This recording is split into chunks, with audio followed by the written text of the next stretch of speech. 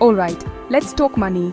Before Canada was even a twinkle in Queen Victoria's eye, this land was a bustling place. Indigenous peoples across the continent had been trading for thousands of years, long before the first European ships showed up looking for a shortcut to Asia. They didn't have cash registers or credit cards, but they had something just as good, a system built on trust and valuable goods. Think about it. If you were a skilled hunter on the prairies, you might have more bison hides than you knew what to do with. Meanwhile, someone on the coast might have a surplus of dried salmon or ulichen oil. It just made sense to trade. These weren't just simple swaps either. These were complex and sophisticated trade networks that stretched for thousands of kilometers. Goods from the Pacific coast could make their way all the way to the Great Lakes. They traded everything you can imagine. Copper from the north, obsidian for making sharp tools, tobacco, which was highly prized, and beautifully crafted baskets. It was a system based on what people needed and what they valued. A good harvest meant you had more to trade, and a strong relationship with a neighboring nation meant you had a reliable partner. It was the original Canadian economy, running smoothly without a single coin. One of the most fascinating forms of currency was wampum. These were beautiful white and purple beads made from the shells of quahog clams, found mostly on the Atlantic coast. Making them was a real skill. The beads were polished and strung into intricate belts that weren't just for decoration. Wampum belts were used to record treaties, tell stories, and mark important agreements between nations. They held immense cultural and spiritual value, which is what made them so powerful as a medium of exchange. A wampum belt wasn't just money, it was a binding contract, a piece of history you could hold in your hands. When the Europeans arrived, they didn't quite get it at first, but they were quick learners. They saw how much indigenous peoples valued furs, especially the soft, thick pelt of the beaver. Suddenly, beaver fur became the hottest commodity in North America. The Hudson's Bay Company even created a unit of currency called the made beaver, which was the value of one prime adult beaver pelt. You could trade a pile of beaver pelts for blankets, pots, axes, and guns. For a long time, the beaver was king, and its fur was the unofficial currency that fueled the growth of the colonies. Now, when settlers from France and Britain started putting down roots, they brought their own ideas about money. They were used to gold and silver coins, but there was a big problem. There were hardly any official coins circulating in the colonies. Ships carrying money from Europe were slow, and they often sank. So people had to get creative. They used whatever coins they could get their hands on, which turned into a real hodgepodge. You'd find Spanish silver dollars, French louis d'or, British shillings, and even Portuguese coins, all being used to buy a loaf of bread. It was a logistical nightmare for shopkeepers. To solve this mess, colonial governments started doing something brilliant, or maybe just desperate. They started issuing their own form of paper money. In New France, the government was often short on cash to pay its soldiers.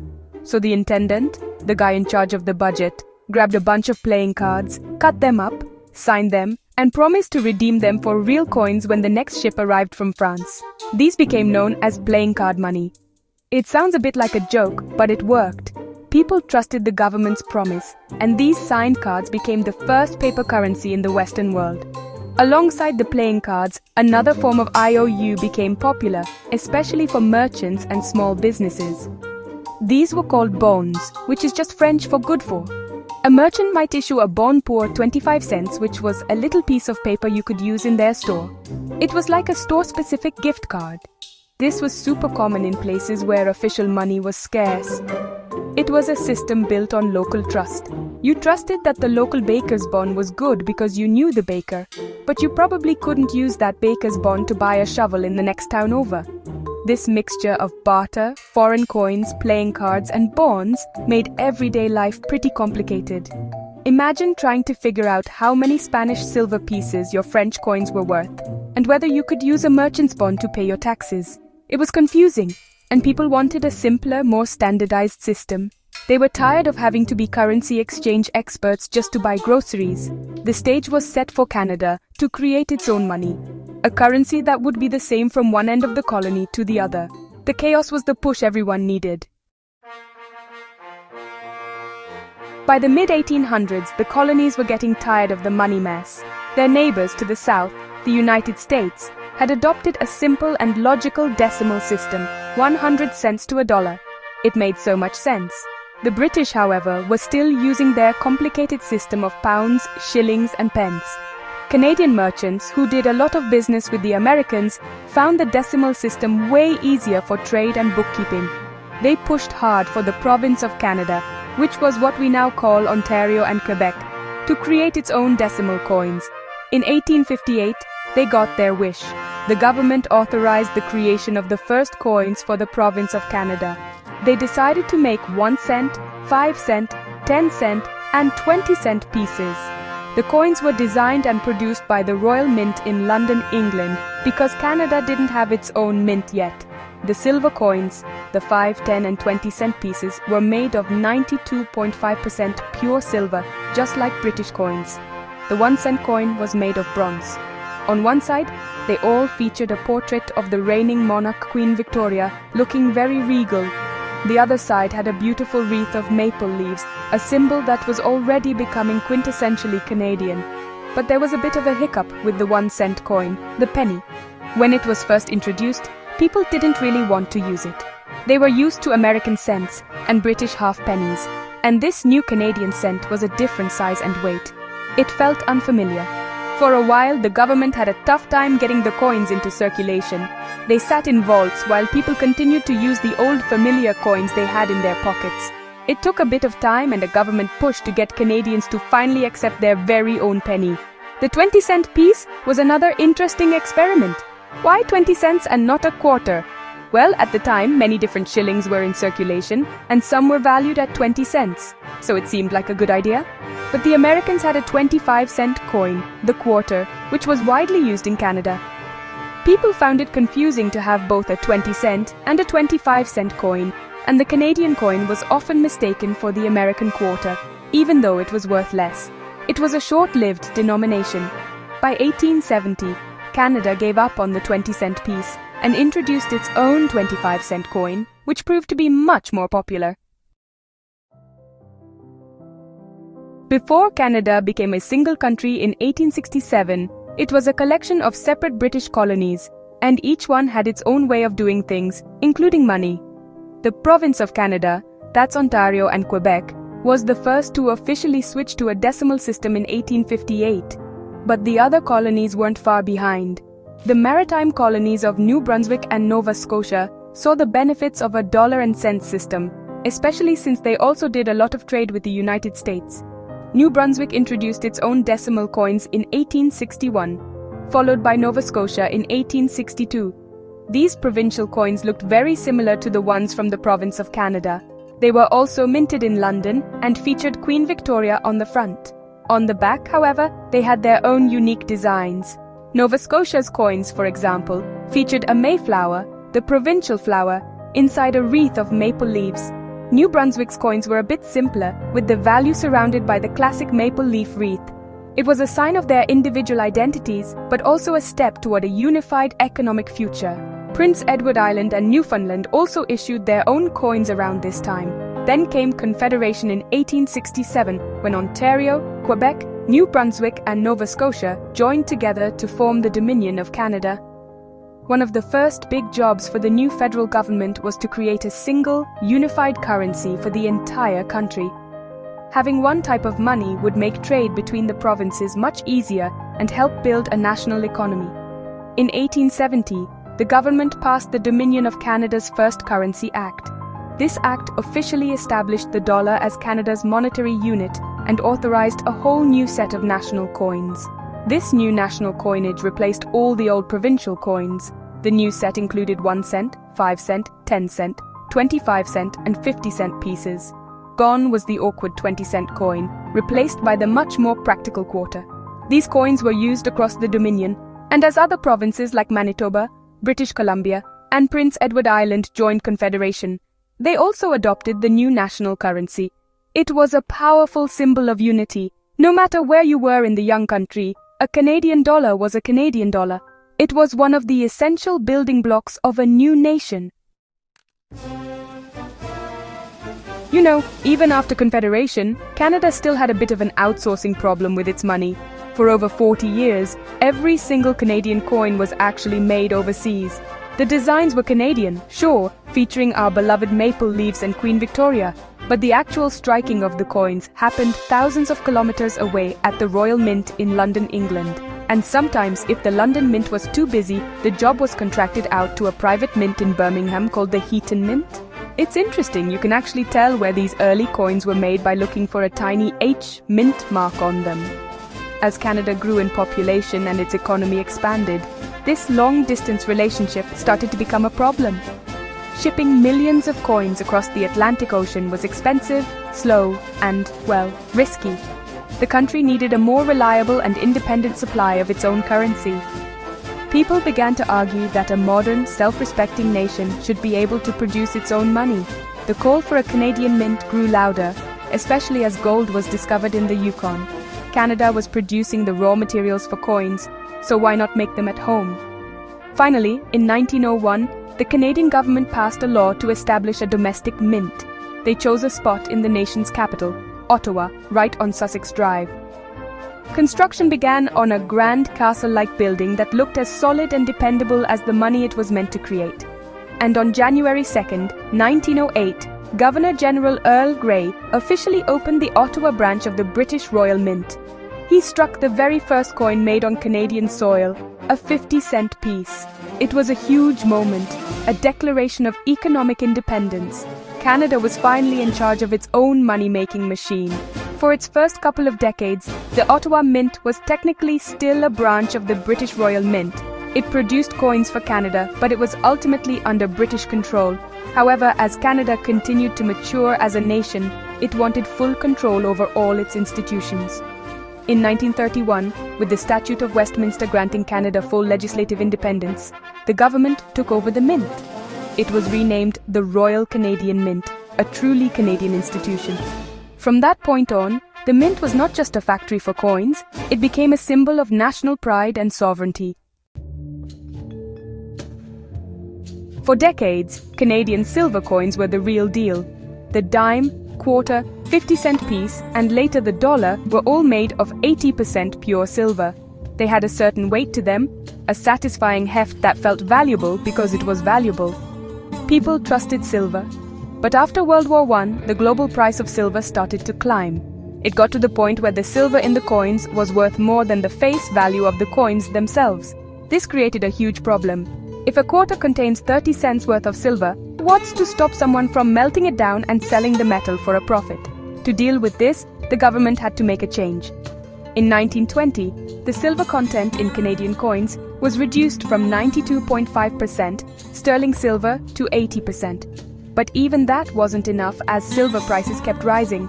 The big change came in 1968. The government decided to remove silver from circulating coins altogether. The dime and quarter was switched to 100% nickel. This was a massive shift. The coins looked the same, but they were lighter and didn't have that classic silver ring to them anymore. It was the end of an era. Money was no longer tied to the value of precious metal. It was now based purely on our trust in the government. But before silver disappeared completely, Canada created one of its most iconic coins, the Voyageur silver dollar. In 1935, to celebrate the 25th anniversary of King George V's reign, the Royal Canadian Mint decided to issue the country's first ever silver dollar. They held a competition to design the reverse side, and the winner was a Toronto-based artist named Emmanuel Hahn. His design was a masterpiece. It depicted a voyageur and an indigenous guide paddling a canoe, with the northern lights flickering in the sky above them. The bundle in the canoe is marked with HB for the Hudson's Bay Company, a nod to the fur trade's history.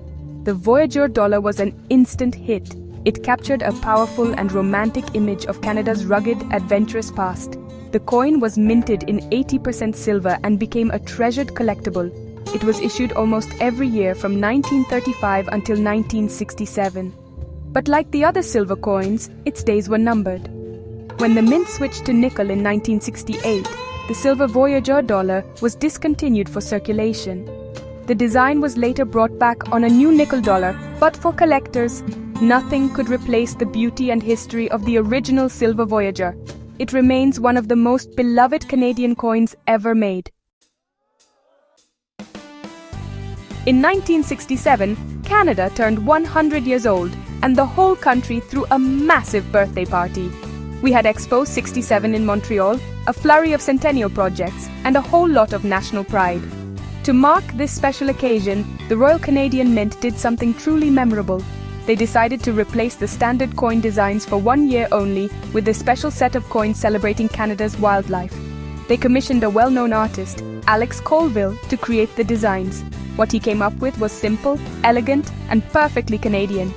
This set of coins became an instant classic. Every single coin, from the penny to the dollar, got a wildlife makeover. The 1-cent coin, normally adorned with maple leaves, featured a rock dove in flight.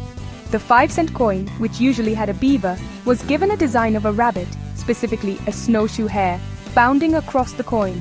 The dime, typically showing the famous Blue-Nose schooner, now had a graceful mackerel swimming on its surface. These designs were modern and dynamic, capturing the movement and spirit of the animals. People loved them and started collecting them right away, pulling them out of their change. The bigger coins were just as impressive. The quarter, which usually shows a caribou, featured a sleek bobcat with its head turned, looking alert and powerful. The 50-cent piece, often overlooked, was given one of the most hauntingly beautiful designs, a howling wolf. And the dollar coin, which for years had been the Voyager, was replaced for that 1 year with an image of a Canada goose in elegant flight.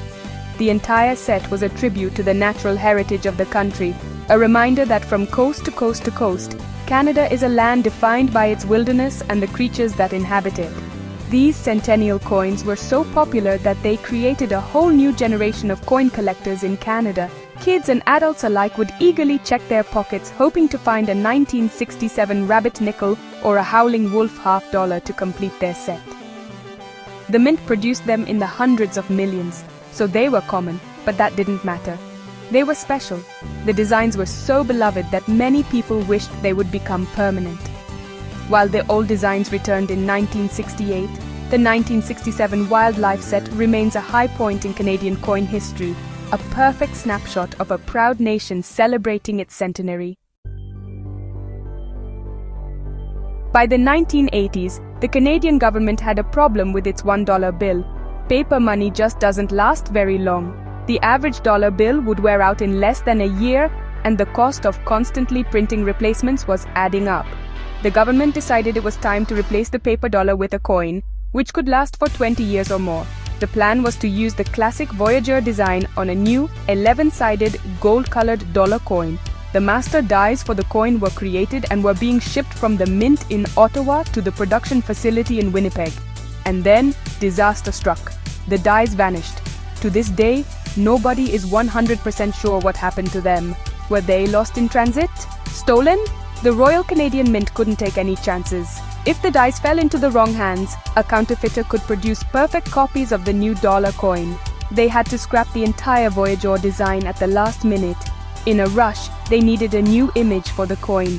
They chose a simple, elegant design that had been a runner-up in a previous competition, a common loon floating on a lake, created by artist Robert Ralph Carmichael. The new dollar coin was released on June 30th, 1987. People immediately noticed the bird on the back and started calling it the Looney. The name stuck. It was friendly, catchy, and uniquely Canadian. At first, some people resisted the change. They were used to the light, foldable dollar bill and found the new coin heavy and clunky. But the government phased out the paper dollar, and soon, everyone got used to the Looney in their pockets. The coin was a huge success, saving taxpayers millions of dollars in printing costs and becoming a national icon in the process. A few years later, the government decided to apply the same logic to the $2 bill. It was also expensive to print and didn't last long. So, in 1996, Canada introduced a $2 coin. To make it easily distinguishable from the Looney, the Mint created a bimetallic coin, a silver-colored outer ring made of nickel and a gold-colored inner core made of a bronze alloy. The design featured a majestic polar bear on an ice floe, designed by artist Brent Townsend. Naturally, if a $1 coin was a Looney, a $2 coin had to be a toonie. The name was a perfect fit, and the toonie quickly joined the Looney as a beloved piece of Canadian pocket change. While the Looney and toonie get a lot of attention, our smaller coins have also gone through some big changes. Let's start with the penny. For over 150 years, the 1-cent coin was a staple of Canadian cash. But by the 2000s, it was costing more to produce a penny than it was actually worth. Plus, most people just found them annoying, collecting in jars and weighing down pockets. So, in 2012, the government announced it was time to say goodbye. The Royal Canadian Mint struck the very last Canadian penny on May 4, 2012, and began pulling them out of circulation. Now, when you pay with cash, the total is rounded to the nearest 5 cents. The nickel and the dime have also had their share of transformations. The 5-cent coin used to be a small silver coin, but it was replaced in 1922 with the larger nickel coin we know today, featuring the beaver design by G.E. Kruger Gray. The 10-cent piece has featured the famous Blue Nose schooner, a legendary racing ship from Nova Scotia, since 1937. While the designs have remained constant for decades, the metals they're made from have not. To save costs, modern dimes, nickels, and quarters are now made mostly of steel with a thin plating of nickel or copper.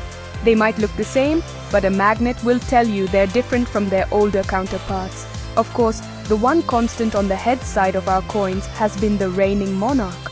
For 69 years, every Canadian coin featured the portrait of Queen Elizabeth II. We saw her image change and mature over the years, with new portraits introduced in 1953, 1965, 1990, and 2003.